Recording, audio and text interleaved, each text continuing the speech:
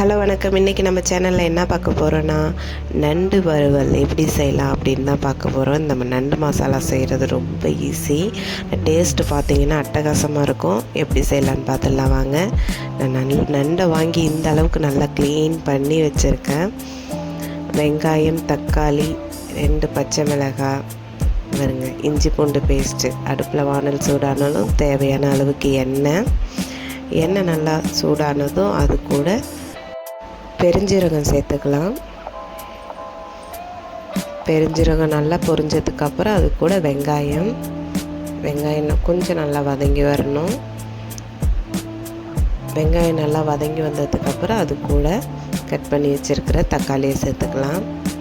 தக்காளி, வெங்காயம், பச்சை மிளகாய் இது எல்லாமே நல்லா வதங்கி வரணும். நண்டுக்கு எப்போதும் நம்ம சோம்பு மட்டும் போட்டு தாளித்தாலே போதும். வேறு பட்டை, கிராம்பு இதெல்லாம் நம்ம நிறையா போட்டோன்னு வச்சுங்களேன், அது ஓவர் மசாலாவாக இருக்கிற மாதிரி இருக்கும். அதனால் சோம்பு மட்டுமே போட்டு தாளித்தாலே போதும்.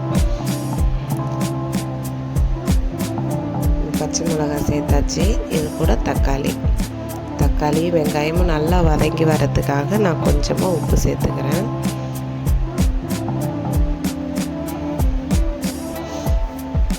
உப்பு சேர்த்து வதக்கிறப்போ கொஞ்சம் சீக்கிரம் வதங்கி வந்துடும்.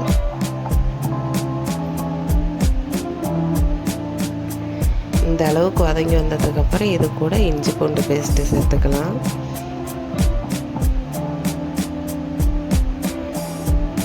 இதில் நம்ம மசாலாவும் வேறு எதுவும் சேர்க்க போகிறது கிடையாது. தனி மிளகாத்தூளும் கொஞ்சமாக மஞ்சத்தூள் மட்டும் சேர்த்தாலே போதும்.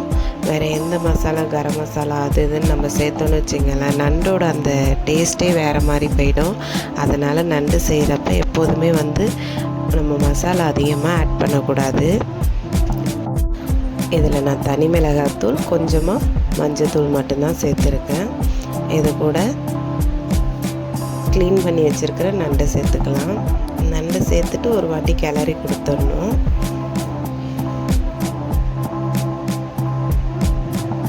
ஒரு வாட்டி பெரட்டினா போதும். 1 நிமிஷத்துக்கு பெரட்டி விட்டால் போதும்.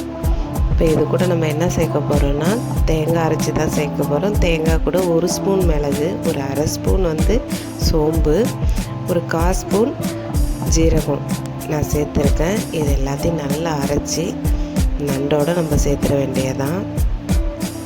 இதில் நம்ம நண்டு வேகிறதுக்கு தேவையான அளவுக்கு தண்ணி நம்ம ஊற்றிக்கணும். எப்போதுமே நண்டு வேகிறதுக்கு நம்ம நிறையா தண்ணி வைக்கக்கூடாது. ஏன்னா நண்டே தண்ணி விடும்.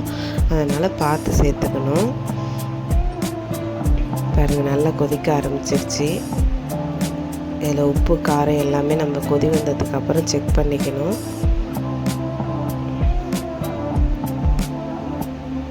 கிரேவியாக வேணும்னா இன்னும் நம்ம வெங்காயம், தக்காளியெல்லாம் கொஞ்சம் நம்ம அதிகமாக சேர்த்து கூட நம்ம செய்யலாம்.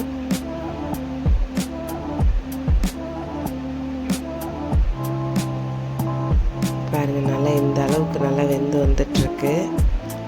வேகிறப்பே அவ்வளோ வாசமாக சூப்பராக இருந்தது.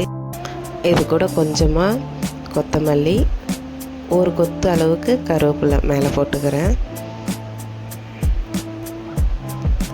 அவ்வளோதான். இந்த பாருங்கள், நண்டு சூப்பராக ரெடி ஆகிடுச்சு. நண்டு மசாலா சாப்பிட்றதுக்கு அவ்வளோ டேஸ்ட்டாக இருந்தது. நீங்களும் ட்ரை பண்ணி பாருங்கள். நல்லா காரசாரமாக ஒரு நண்டு மசாலா செய்யணுன்னா இந்த மாதிரி ட்ரை பண்ணி பாருங்கள். நண்டு வறுவல் செய்ய தெரியாதவங்க கூட இதை மாதிரி செஞ்சு பார்த்தீங்கன்னா டேஸ்ட் அவ்வளோ சூப்பராக இருக்கும். கண்டிப்பாக ட்ரை பண்ணி பாருங்கள். வீடியோ பிடிச்சிருந்ததுன்னா லைக் பண்ணுங்கள், ஷேர் பண்ணுங்கள். மறக்காமல் நம்ம சேனலை சப்ஸ்கிரைப் பண்ணுங்கள். இது மாதிரி நிறைய வீடியோஸ் நம்ம சேனலில் வரும். சப்போர்ட் பண்ணுங்கள். தேங்க்யூ.